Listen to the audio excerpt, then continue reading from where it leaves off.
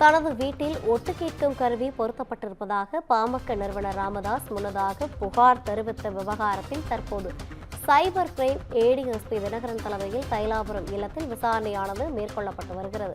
இது குறித்தான கூடுதல் விவரங்களோடு இணைகிறார் நமது செய்தியாளர் பரிமேல் அழகன். வணக்கம் பரிமேல் அழகன், கூடுதல் விவரங்களை வழங்கலாம். ரவினா, அதாவது விழுப்புரம் மாவட்டம் திண்டிவனத்துல தைலாபுரம் தோட்டத்தில் பாமக நிறுவனர் ராமதாஸ் அவர்கள் இருக்கையில் கீழே ஒட்டு கேட்கும் கருவி வைக்கப்பட்டிருந்ததாக ராமதாஸ் புகார் அளித்திருந்தார்.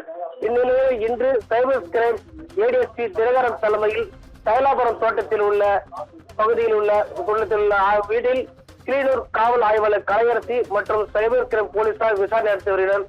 அதாவது கடந்த சில தினங்களுக்கு முன்பாக செய்தியாளர் சந்தித்த ராமதாஸ் தனது வீட்டில் அவர் இருக்கையின் கீழ் ஒட்டு கேட்கும் கருவி இருப்பதாக புகார் தெரிவித்திருந்தார்.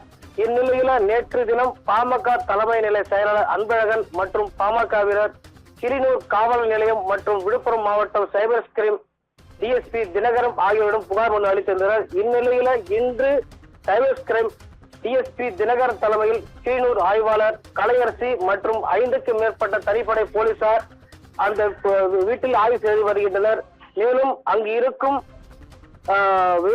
வேலை செய்யும் ஊழியரிடம் ராமதாஸிடம் ஒட்டு கேட்கும் கருவி பற்றி அவர்கள் கேட்டு வருகின்றனர்.